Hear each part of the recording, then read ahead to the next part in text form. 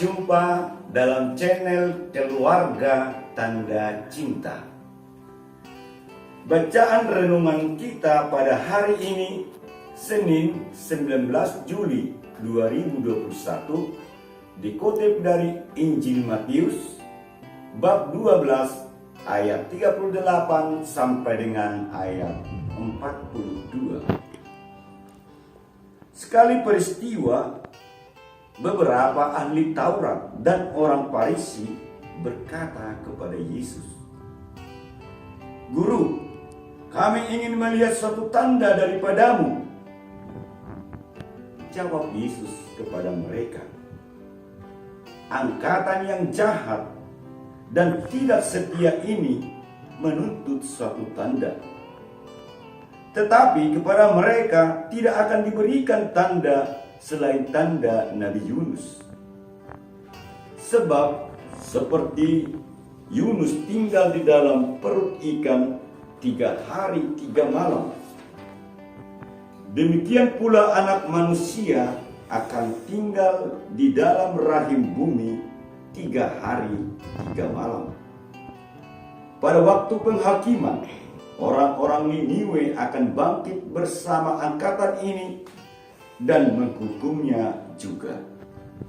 Sebab orang-orang Niniwe bertobat setelah mendengar pemberitaan Yunus. Dan sungguh yang ada di sini lebih daripada Yunus. Pada waktu penghakiman, Ratu dari Selatan akan bangkit bersama angkatan ini, dan ia akan menghukumnya juga. Sebab Ratu itu datang dari ujung bumi untuk mendengar hikmat Salomo, dan sungguh yang ada di sini lebih daripada Salomo. Demikianlah sabda Tuhan. Terpujilah Kristus." Saudara-saudariku yang dikasihi Tuhan, selamat berpesta kepada seluruh keluarga di Keuskupan Agung Medan. Pekan Keluarga merupakan kesempatan bagi kita untuk merefleksikan hidup beriman kita di tengah keluarga, dan kesempatan membarui hidup berkeluarga kita masing-masing seturut janji perkawinan yang sudah kita ucapkan.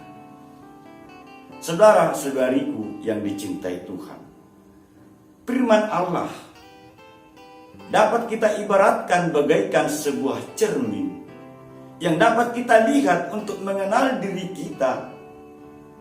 Apakah kita putih? Apakah kita hitam? Apakah kita jelek? Dan apakah kita tampan atau cantik? Demikian juga firman Tuhan merupakan pedoman bagi kita, apakah kita hidup sesuai dengan kehendak Allah. Firman Allah yang baru kita dengarkan, di mana beberapa ahli Taurat dan orang Farisi berkata kepada Yesus, "Guru, kami ingin melihat suatu tanda daripadamu." Ahli Taurat dan orang Farisi menuntut tanda dari Yesus. Apakah Yesus itu sebagai Tuhan? Kita tahu bahwa ahli Taurat adalah orang yang terpelajar. Tugasnya mendalami hukum, memelihara Alkitab, menyalin Alkitab, supaya setiap salinan benar sesuai dengan aslinya. Orang Farisi adalah para pemimpin agama atau pemimpin spiritual Yahudi. Mereka sering beribadah, namun sering menganggap dirinya paling beragama yang saleh. Saudara-saudariku yang dicintai Tuhan, Yesus tidak memberikan tanda yang mereka minta. Tetapi jawaban Yesus menyebut mereka angkatan yang jahat dan tidak setia. Karena mereka sudah sering mendengar ajaran Yesus dan menyaksikan bahwa Yesus membuat mujizat, dan mereka masih meminta tanda. Dan mereka adalah ahli Taurat dan orang Farisi sudah banyak mengetahui kitab suci Perjanjian Lama.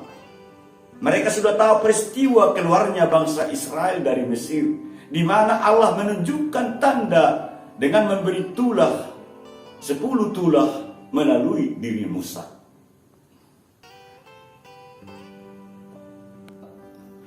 Melalui Musa, Allah mendatangkan bencana kepada bangsa Mesir.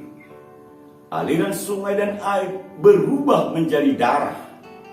Daerah Mesir dipenuhi dengan katak, dipenuhi dengan nyamuk, lalat, penyakit sampar, dan lain sebagainya. Dan sampai akhirnya kematian anak sulung bagi setiap keluarga Mesir. Saudara-saudari yang dicintai Tuhan, Yesus juga mengetahui bahwa ahli Taurat dan orang Farisi sangat percaya akan peristiwa Nabi Yunus, di mana Nabi Yunus menolak panggilan Allah.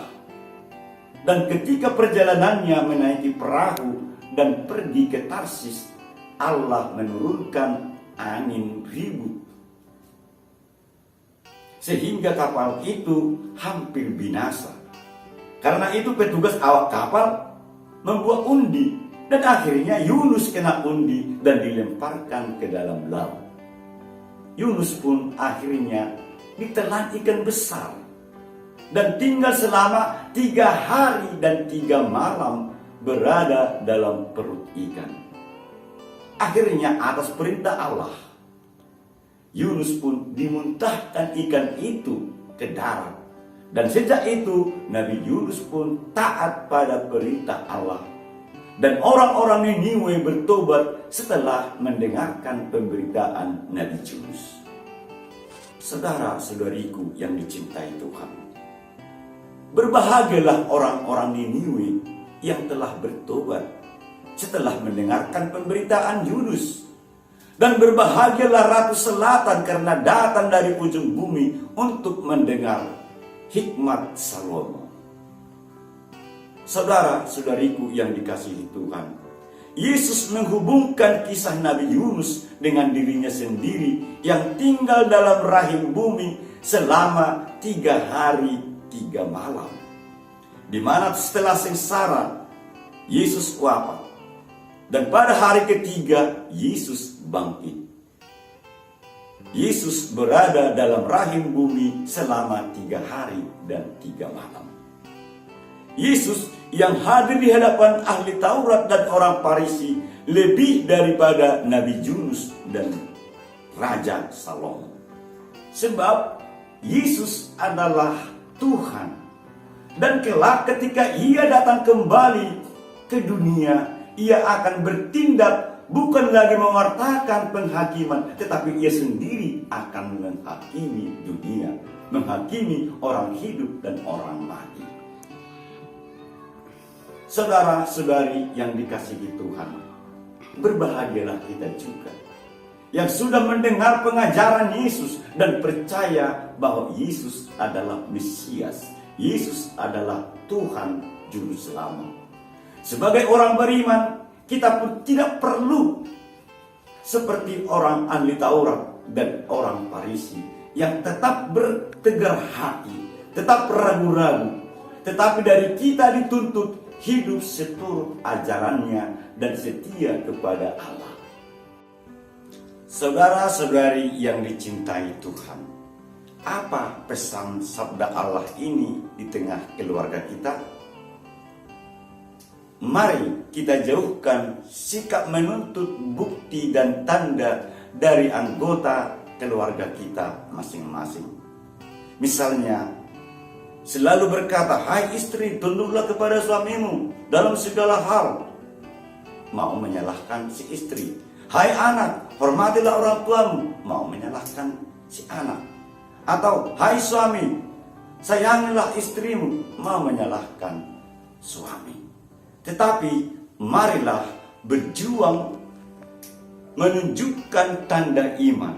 Iman yang berbuah dan iman yang bermanfaat bagi anggota keluarga. Membangun kepercayaan satu sama lain dan membuang jauh-jauh sikap curiga, ketegaran hati, dan menuntut satu sama lain. Dengan demikian, kita pun ikut berbahagia dan ambil bagian dalam kerajaan Allah.